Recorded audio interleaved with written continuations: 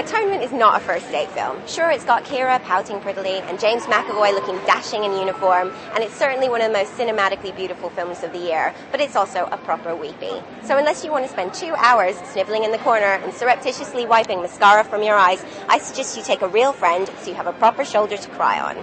Atonement opened this year's Venice Film Festival to stunning critical acclaim, and it has been tipped for Oscar nominations. We're here on the red carpet to hear what its stars have to say. Hello. Hello. Hello. Hi. Were you a little bit apprehensive about playing a character which is so vivid in people's imagination? It's always slightly daunting to play parts in books that people are so obsessed with, or so obsessed by, I should say.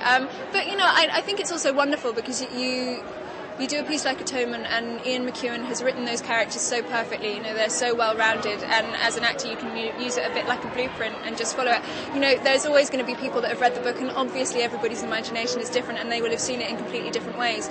But hopefully, you'll give them a new version, and that's fine. Script was perfect, director was perfect, co-stars were perfect, locations were. It really was just a joke in terms of what actors like to do. I don't think I'll ever have a job as rewarding or ultimately good ever again. I hope I do, but I doubt it. Hi, we're here with the late paper. Hi, nice to meet you. Oh, look, it's Jen! Sorry. Hello, darling. You alright? Nice frock. Thanks. Thanks. Anyway, So, you've got quite a strong Irish accent. How difficult was it to lose that to make the plummy tones that you have in the film? it wasn't too bad. I mean, there were certain things that, you know, had to be changed. I mean, the dialect coach was great on Atonement.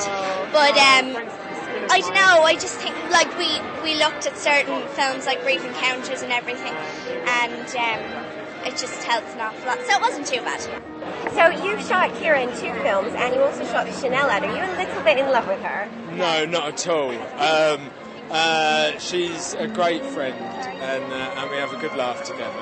Okay. And you saw James McAvoy, obviously, 7 years ago in a play. Was he an obvious choice for this character? Yeah, he was. The character's described as having eyes of optimism, and James has those eyes. So yeah, he was good.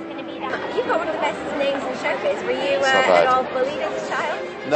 No, I wasn't bullied as a child. No, I went to schools where people were called Peregrine, Bidley, Smythe. You know, there were worse names than mine. Trust me. No, it's never how you picture it in your head. It can't be. It's a parallel process, and oddly enough, once it starts, it becomes something completely different. But that's the excitement of it, making a movie out of a novel. It becomes something else. What we were really trying to capture is this idea of that 1930s, 1940s emotional repression. And certainly I think that she is emotionally repressed at the beginning of it, and she has rage bubbling underneath her, and she has all these feelings for Robbie that she doesn't understand and can't express, and they all sort of explode in a certain library sequence. So that was quite a raunchy scene in the library. What was it like kissing Keira's beast on the lips? It was nice enough.